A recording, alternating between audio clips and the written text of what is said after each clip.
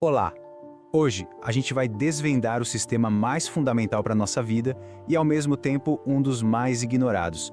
Uma espécie de escudo invisível que nos protege e nos mantém aquecidos.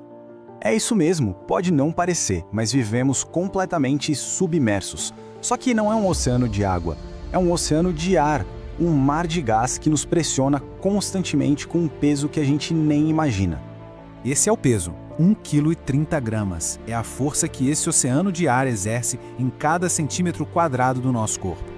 Os cientistas chamam essa medida de pressão de um bar. É literalmente o peso do mundo sobre nós. E é justamente esse mar de gás, a nossa atmosfera, que faz toda a diferença. É o que transforma a Terra em um planeta cheio de vida, em vez de ser só mais uma rocha desolada e congelada no espaço.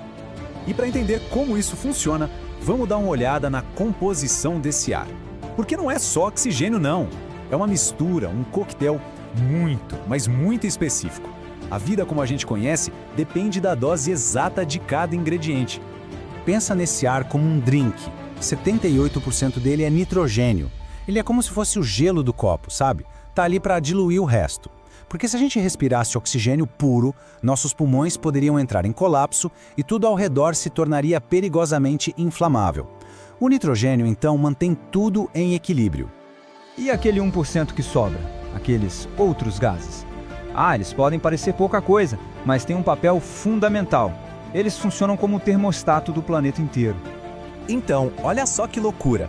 Sem a atmosfera, a Terra seria um cubo de gelo a 18 graus negativos. É que gases como o dióxido de carbono e o vapor d'água, mesmo em pouca quantidade, criam o famoso efeito estufa natural. Eles seguram parte do calor do Sol aqui, deixando o planeta com uma temperatura média agradável. É o nosso cobertor.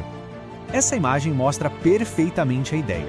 A atmosfera deixa a luz do Sol entrar, mas na hora de o calor ir embora, ela segura uma parte, mantendo o planeta aquecido e habitável. Mas a mágica não para por aí. A atmosfera não é só uma massa de gás uniforme. Ela é um sistema de segurança complexo, organizado em camadas. E cada camada, cada andar, tem uma função vital para a nossa proteção. Então, vamos fazer uma viagem subindo por essas camadas como se fosse um elevador. A gente vai passar pelas 3 mais importantes para a vida aqui na superfície: a troposfera, a estratosfera e a mesosfera. O primeiro andar, o térreo, é a troposfera. É onde a gente vive. Quase todo o peso do ar está concentrado aqui. É nessa camada que acontecem as chuvas, os ventos, as nuvens, enfim, todo o clima que a gente conhece. Subindo um pouco, a gente chega na estratosfera. É aqui que mora a famosa camada de ozônio. Ela funciona como o grande óculos de sol do nosso planeta, barrando a maior parte da radiação ultravioleta do Sol, aquela que causa câncer de pele e outros danos. Sem ela, a vida na superfície seria praticamente inviável. E essa camada é bem delicada. Lá nos anos 80, os cientistas descobriram algo assustador. Certos produtos químicos que a gente usava, os CFCs, estavam literalmente abrindo um buraco nesse escudo protetor. Mas aí veio uma boa notícia. O mundo se uniu num acordo, o Protocolo de Montreal, para banir esses produtos. E o resultado é que, hoje, a camada de ozônio está se recuperando. É um ótimo exemplo de como a cooperação global pode sim resolver problemas ambientais gigantescos. E se a gente subir ainda mais, chegamos na mesosfera. Esse é o nosso escudo antimíssil natural. Sabe as estrelas cadentes? Na verdade, são meteoros, rochas espaciais que se desintegram ao entrar em atrito com essa camada. Todos os dias, milhares deles são incinerados antes que possam atingir o solo. Agora, para a gente ter uma ideia real do quão especial é a nossa atmosfera, vale a pena dar uma olhada na vizinhança.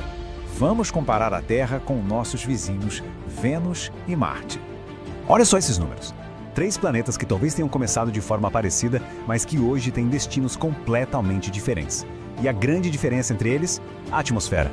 Vênus é o exemplo do que dá errado quando o termostato quebra. A atmosfera de lá é tão densa e cheia de CO2 que a pressão na superfície é esmagadora e a temperatura é alta o suficiente para derreter chumbo. É um verdadeiro inferno.